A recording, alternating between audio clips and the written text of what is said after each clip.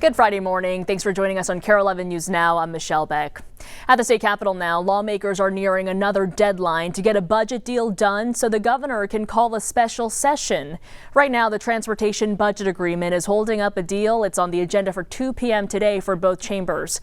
If the budget isn't done by Monday morning, the state has to send potential layoff notices to 28,000 state workers. It's already done so with a first batch of pink slips going out to nurses.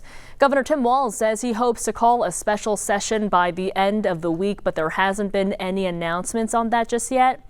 We did see some progress yesterday. The Human Services Working Group came to an agreement on the second largest budget bill in the state budget and presented that to Minnesotans. What you see here really is the proof is in the pudding of the compromise that's met when everyone's input is given and respected. We didn't do this in a vacuum. We consulted with the professionals. We consulted with many individuals who provided their feedback. We had other members who were part of the working group to be able to provide us guidance and their experience. That is not easy. If a state budget is not passed by June 30th, then the day after there will be a partial government shutdown. Take a close look at this map. It shows all the major daycare closures in Ramsey and Dakota counties. 2 more are expected to close soon, putting providers and families in limbo. Jennifer Hoff has more on an industry they say is in crisis. In St. Paul, Emery and Jack, can you come line up? Big Wonder Childcare may be just that. All right, let's walk on up the stairs. At a time when many centers are closing, Celeste Finn opened it nearly 2 years ago. It requires long hours, a lot of work with little pay. Simon says, touch your chin. 50 students are enrolled in a space she rents from a local church. Cheryl, can you go wash your hands now? That also helps pay for overhead costs, and still it struggles. We're $350 a week for preschool. Right, we are not making any profit. And teachers could find same or more pay at Home Depot or McDonald's or Starbucks. We're opting to move out of the industry. Food and insurance prices keep rising, and so too does competition with school-based programs. Raise your hand if you like roller coasters. Signs of stress. The industry is in crisis, forcing at least 3 to close nearby and another 2 by summer's end. It's hard. It's really hard. Including one where preschool teacher Sierra Schweitzer worked that had been open for 50 years. We're helping 2 generations. We're helping the working generation, and we're helping our tiny people. And that was my immediate thought too, is what are all of these families going to do? Schweitzer now has a new job. Even I get scared on roller coasters sometimes. And none other than Big Wonder. I found this and I feel really lucky. Simon says, be a doggy. A small light in a business that has a much more uncertain outlook. When everything is so tight and tenuous, it's easy to fail. Today, jury deliberations will pick back up in the Derek Thompson trial. Thompson is accused of running a red light at more than 90 miles an hour, crashing into a car and killing 5 young women. In order to convict him of third-degree murder, the jury needs to unanimously decide that he was the driver of the SUV that caused the Minneapolis crash and that he showed indifference to human life. In closing arguments, the prosecution reminded the jury how Thompson made several callous comments to police about wanting to get on with this Friday night. Prosecutors say that's what indifference sounds like. This was murder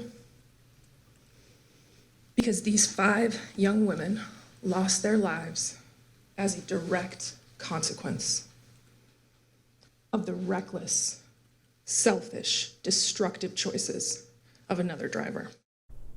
Meanwhile, the defense argues they didn't prove beyond a reasonable doubt that Thompson was the driver and that no matter who was driving, the crime of murder was not committed.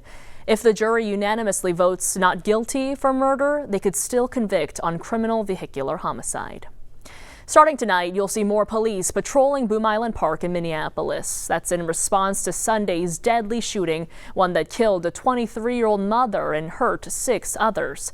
Extra patrols will be in the area between 8 p.m. and midnight. The park already put up mobile cameras in the parking lot. One city council member wants the park board to do yet more, like close the parking lot early, among other things. We are learning today the Minneapolis City Auditor will review the police department's involvement in a federal raid on a Mexican restaurant Tuesday that sparked protests. That's after a unanimous vote by the City Council. Police Chief Brian O'Hara said MPD was not involved in planning or executing that federal search warrant, but he said they were called in to control an unruly crowd. Those crowds formed after word spread that ICE agents were present. Local leaders said the raid had nothing to do with immigration enforcement. Local activists say that doesn't matter. They are saying that because it is not technically an immigration raid, the public should not worry about several units of ICE agents with assault rifles storming into immigrant communities. The mayor's office says it welcomes the request to review what happened. Now an update on one of the protesters arrested Tuesday. 33-year-old Maxwell Colliard faces charges of obstructing an officer and fleeing police. Court documents say the Minneapolis man sprayed an unknown substance in an officer's face while they were trying to arrest him. A second person was also arrested, but no charges there have been filed. A spectacular split. President Trump and billionaire Elon Musk sparring over Trump's big, beautiful bill is devolving into a full-on public war of words. Musk reacting in real time on social media to the president's comments in the Oval Office. But could a truce be in the works? NBC's Chris Pallone has the latest from Washington. The Congressional Budget Office says that President Trump's spending and tax cut bill will add $2.4 trillion to the federal deficit over the next 10 years. After cutting the federal workforce and some budgets, Elon Musk apparently took issue with that spending, causing this rift with the president. Mounting tension between President Trump and his biggest campaign donor boiling over in the Oval Office and then spilling onto social media. I'm very disappointed in Elon. I've helped Elon a lot. After days of silence, the president responding to billionaire Elon Musk's withering criticism of his so-called big, beautiful spending and tax cut bill during a White House sit-down with the Chancellor of Germany. Elon's upset because we took the EV mandate, and which was a lot of money for electric vehicles. Musk firing back in real time on X. Without me, Trump would have lost the election. The president later seeming to threaten the CEO of Tesla's many federal business deals, writing, "The easiest way to save money in our budget is to terminate Elon's governmental subsidies and contracts." The president adding, "Elon was wearing thin. I asked him to leave." Musk called that claim an obvious lie and went further with this claim. Real Donald Trump is in the Epstein files. That is the real reason they have not been made public.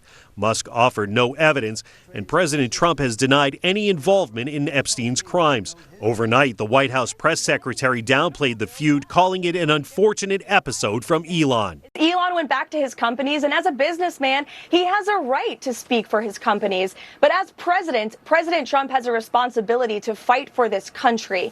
During the back and forth, Tesla stock lost 14% of its value.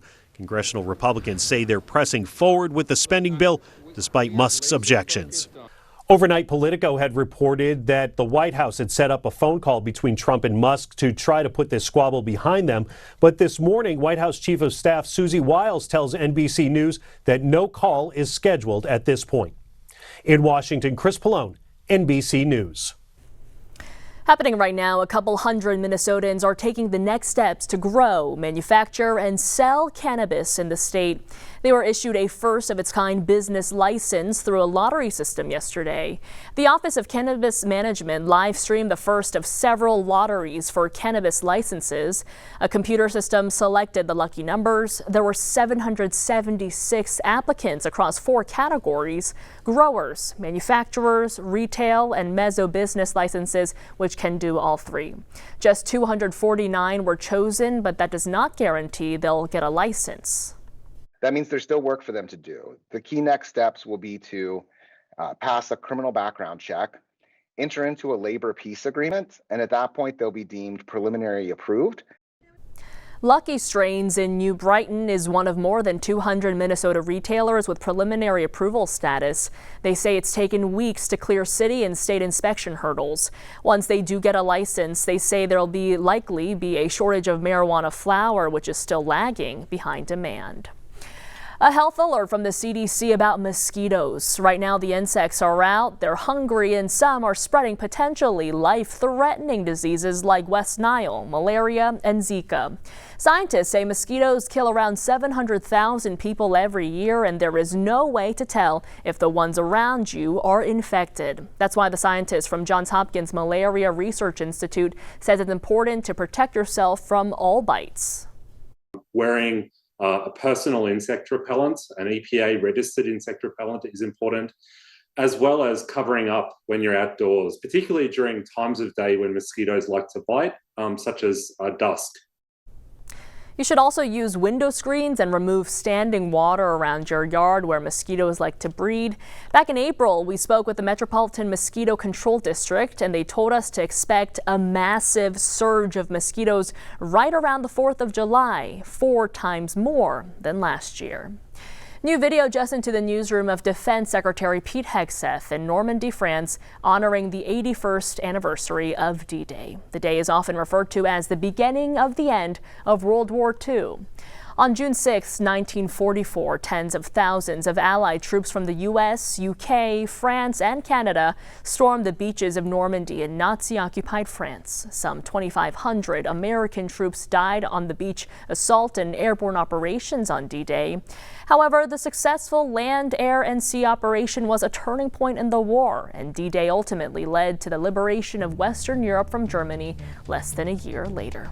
Stick with us. More news and weather are coming up after the break.